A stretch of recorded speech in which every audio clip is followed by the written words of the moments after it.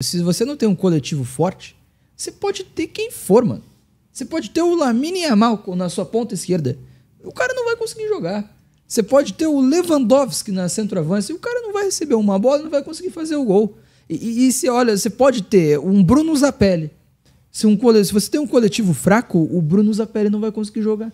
Porque ele não vai conseguir receber essa bola. Porque ele não vai conseguir ter movimentos para encontrar os companheiros em profundidade. Né? Então, quando você tem um coletivo desorganizado, disfuncional, como era o Atlético do Maurício Barbieri, você não consegue potencializar as individualidades. E olha como a gente olha para jogadores que já estavam no Atlético e que conseguiram melhorar muito com o Odair. E olha o caso do Zapelli, cara. O Zapelli, não digo que não vinha fazendo um ano bom pelo Atlético até a chegada do Odair. Acho que entre os poucos que se salvavam ele estava envolvido.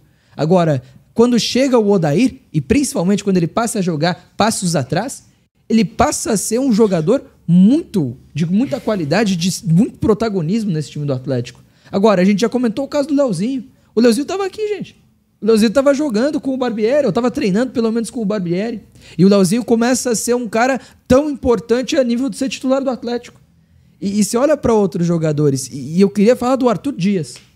O Arthur Dias esteve no elenco o ano todo. Ah, foi para a seleção no começo do ano, verdade, teve lesão, teve lesão muscular em alguns momentos, sim.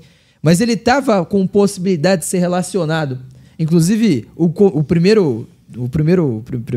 primeira postagem que eu faço no ano é falando sobre relacionados e falando que não tem justificativa nenhuma o Matheus Felipe ser relacionado para jogar o Paranaense e o Arthur Dias não, né? E o Arthur Dias lá no banco, lá esperando a chance. E quando teve a chance foi muito mal, Fontana.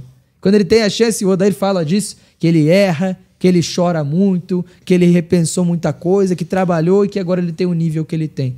Então, olha o trabalho também do treinador de fazer um trabalho mental, psicológico, quase de recuperar um atleta tão jovem que errou tão feio. E o Odair até fala disso na coletiva, que não acharia um erro tão claro como o do Arthur em toda a Série B contra o América. Ele não passa pano nenhum, né?